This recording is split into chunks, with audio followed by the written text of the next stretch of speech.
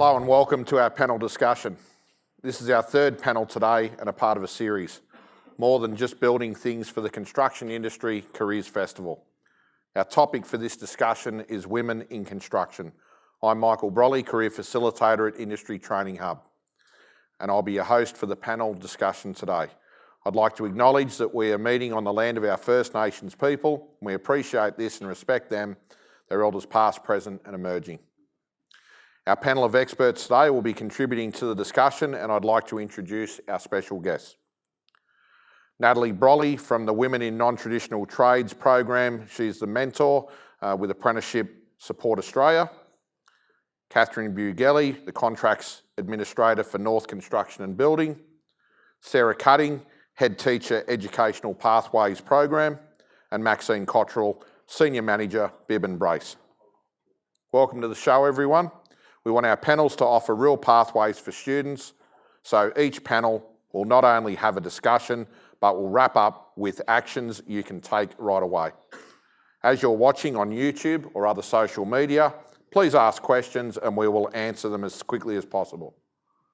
Thanks to Stronger Than My Excuses for producing these videos to reach even more students. We're here to talk about what opportunities are available for women in construction. So we'll start with the first question. Do we have enough females currently in the construction industry? Sara. Thanks, Michael. In short, the answer is no, we don't have enough women in construction. And it has been recognised recently with the federal and state governments, and they have a current agenda where they're trying to get more women into construction. And locally we have CTQ, who have the current contract, who are delivering amazing programs locally to get women into construction. Now, from the education point of view, where I sit currently, there is not enough females picking up construction or construction pathways at schools, and that's something that we're constantly trying to increase. We do, on the Central Coast, have some amazing female construction teachers in public education, which is a step forward, although we could have more. There's always room there for improvement. But currently, in females currently completing construction, only 13% are females in the construction industry, and of that 13%, only 2% of them are actually in the trade on the tools. The other 11% are actually in the admin side of construction, so there's a really big way to go. And if we're going to hit the 25% or more, which then makes it a traditional pathway rather than a non-traditional pathway, we obviously have to increase that percentage. Okay, thanks, Sara. Natalie, do you think there's enough females currently in the construction industry? Going off the back of what Sara has just said, there's not, but in my role with ASA, with Apprenticeship Support, we have across New South Wales 1,800 females employed in a non-traditional trade.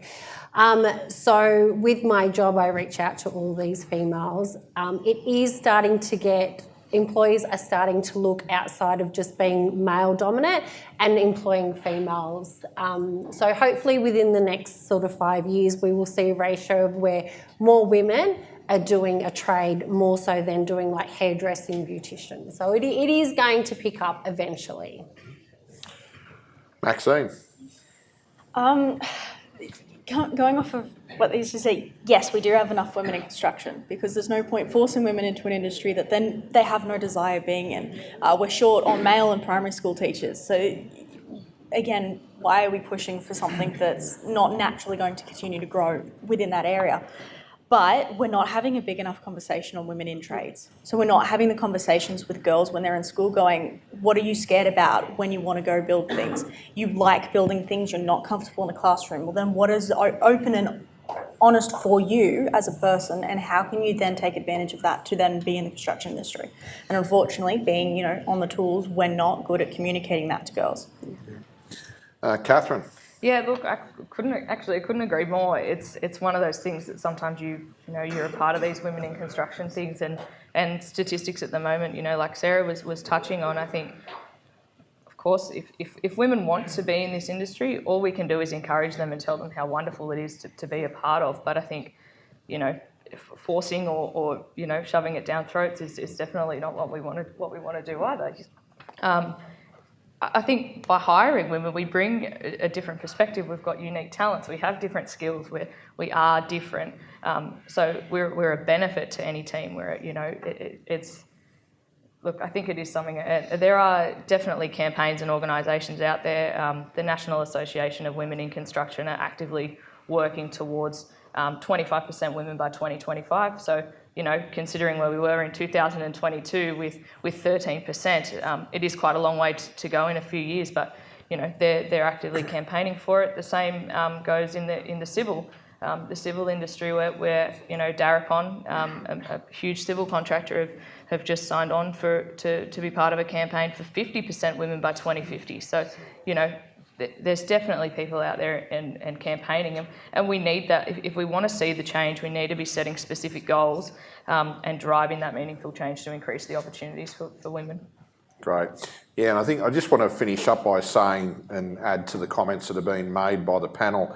I think the conversation starts with young female students at home with their parents. I think, certainly the research that I've undertaken over the last 2 years in this program has been that, the parents need to be supportive of these young females that show an interest, instead of saying, oh no, you can't be a tradesperson because that's for boys, and, all these myths around females in trades. And I also think that, more importantly, we have some careers advisors and teachers here today. I think it's important for them to have those discussions with the female students as well, and let them know that it definitely is possible. They're being well supported by people like we've got here on the panel today, and a massive industry of people that are supporting females going into trades. And it's not just females in the industry that are supporting them. It is actually the males that are largely supportive of females in construction too. So, yeah. What does the journey look like for a female entering the construction industry, and are we seeing more female students showing an interest in non-traditional trades? Natalie? Yes, we are going out to schools. The schools that I've gone out to over the last sort of 18 months, there is more females coming up saying, I want to be in construction, I want to be a plumber, I want to be an electrician. So we are getting these females interested younger to start to be an apprentice, to go into an apprenticeship. So your journey is talking to your parents about it, like Michael said, and then going to your careers advisors and making sure that you're having those discussions, and making sure that you do work experience through school. I cannot stress that enough about doing work experience whilst you're at school, especially in your local area. Katherine?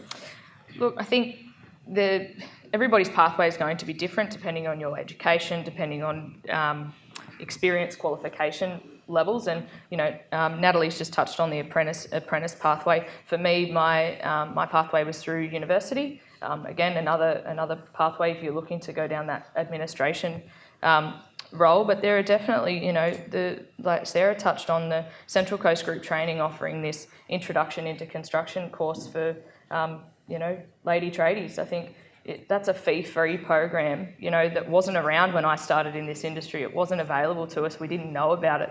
The reason I found out about that there was administration roles in construction was because my male friend had done the degree. So, I think everybody's pathway is going to be different. But, regardless of whatever pathway that you choose, I think staying up to date, continuous learning, all that sort of thing is super, super important. And additionally, networking. I can't stress the importance of networking enough. Building relationship with industry professionals, taking these opportunities that your schools give you, and come to these things and meet people and network.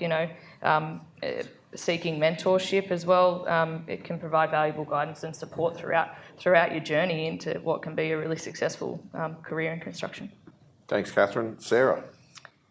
Thanks, Michael. The journey really needs to start as young as possible. So the journey starting even in primary schools about trades and the equal opportunities available for males and females and not have any of that stigma associated with them, and then move through to the high school where you've got the taste and experience and take opportunity like taster course, trier skills, work experience. We find that when we're dealing with local employers in the construction trade area and we mention, hey, we've got a female that's interested, are you willing to take that student on? They can't jump at the opportunity quick enough. They find that having a female on site changes the culture of the workplace for the better. And that's for everybody involved on the workplace. So they will take a female over a male any day, but it's upskilling the parents, it's upskilling the students and getting the students to try before they buy, whether that's for work experience, work placement, expos, immersion days, taster days.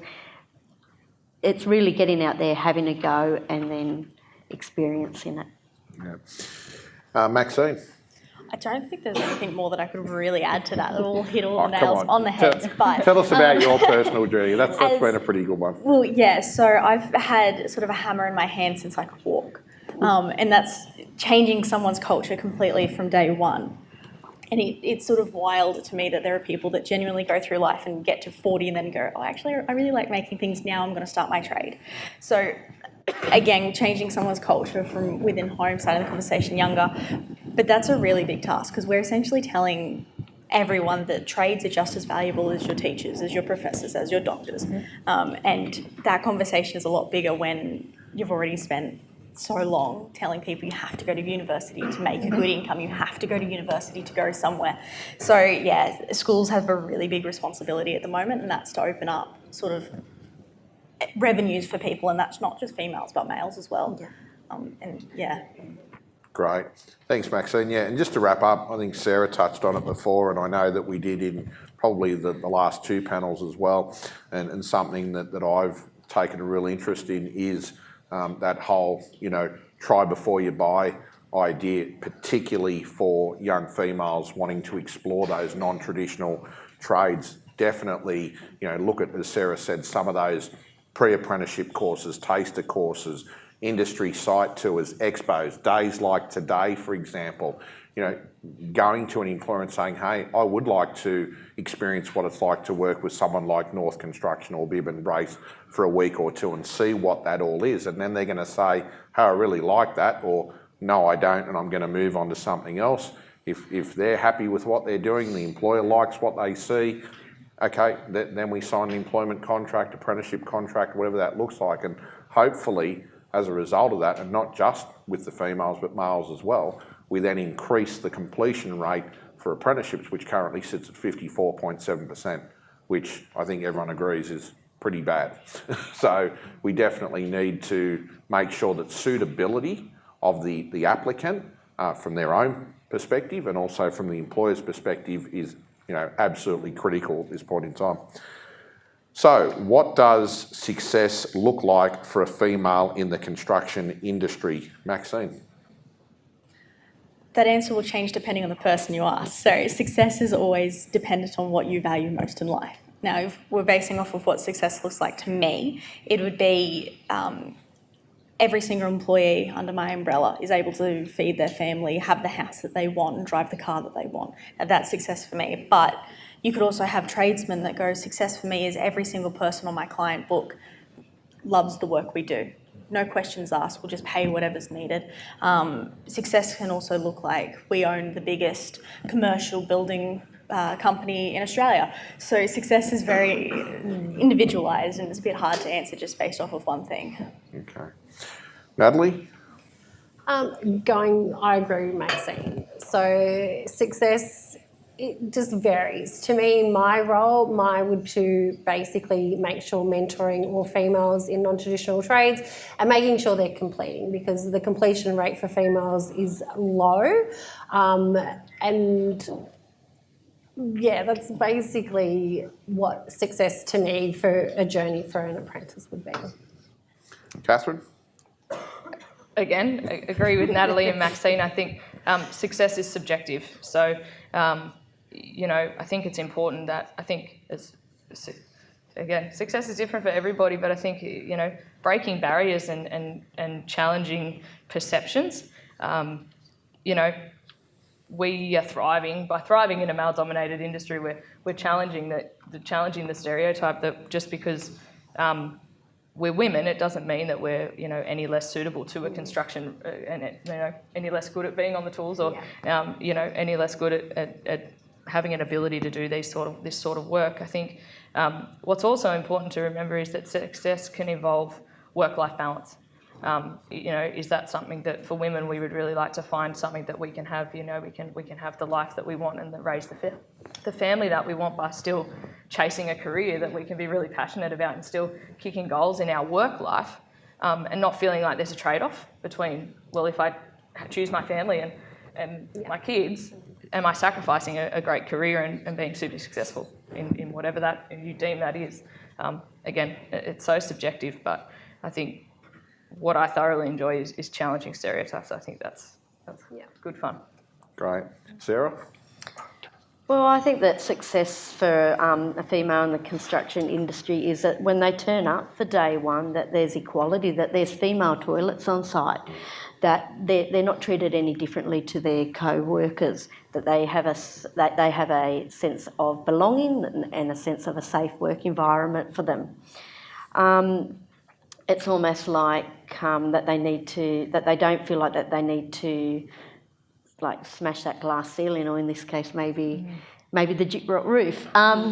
But yeah, that they feel good, that they're proud of what they do, and that they're treated equally, and that they got that culture of of belonging.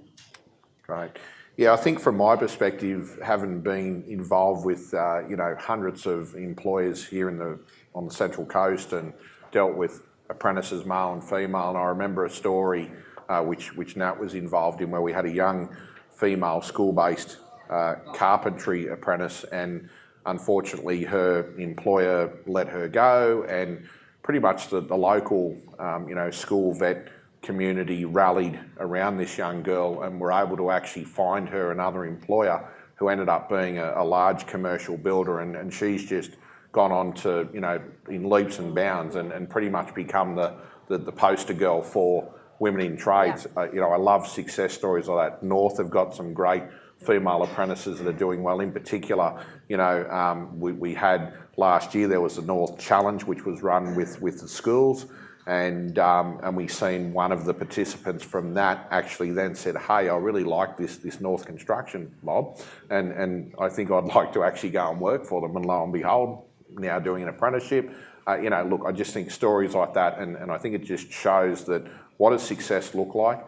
A great support network for these girls to be able to help them into these roles, support them, and as I said, when they need that help, the local community will rally around them to make sure that they don't fall through the cracks and get left behind. Fair opportunities, the opportunity to excel, I think, too. Not being hamstrung or held back because of your gender. I think it's sometimes hard though when you are female to understand that you haven't walked in a male's shoes. You don't know what challenges that they overcome, and that is definitely not. I guess what we're about up here is saying that the path for women is so difficult, and you can still find these challenges. Men still have these challenges too.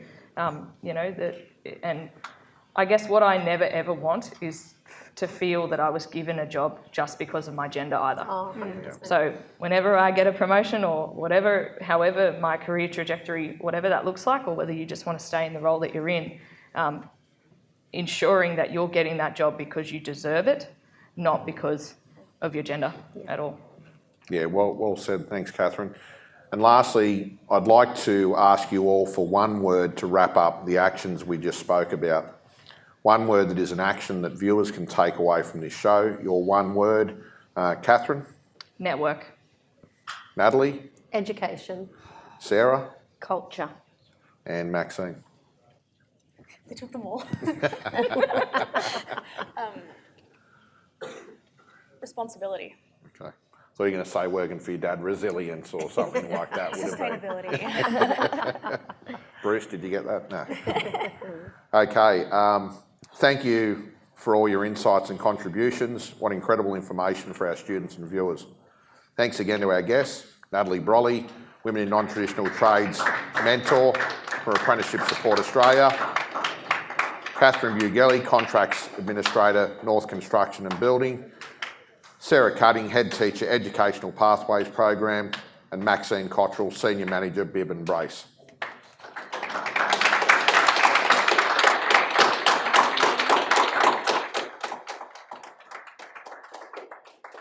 Remember, as you watch, you can ask us a question as the panel will be available to respond to you. Share with anyone you think this show might support. I hope you'll watch again next time as we tackle other issues and come up with more actions for our viewers. I'm Michael Brolly, Careers Facilitator at the Industry Training Hub. Thanks for watching. See you next time.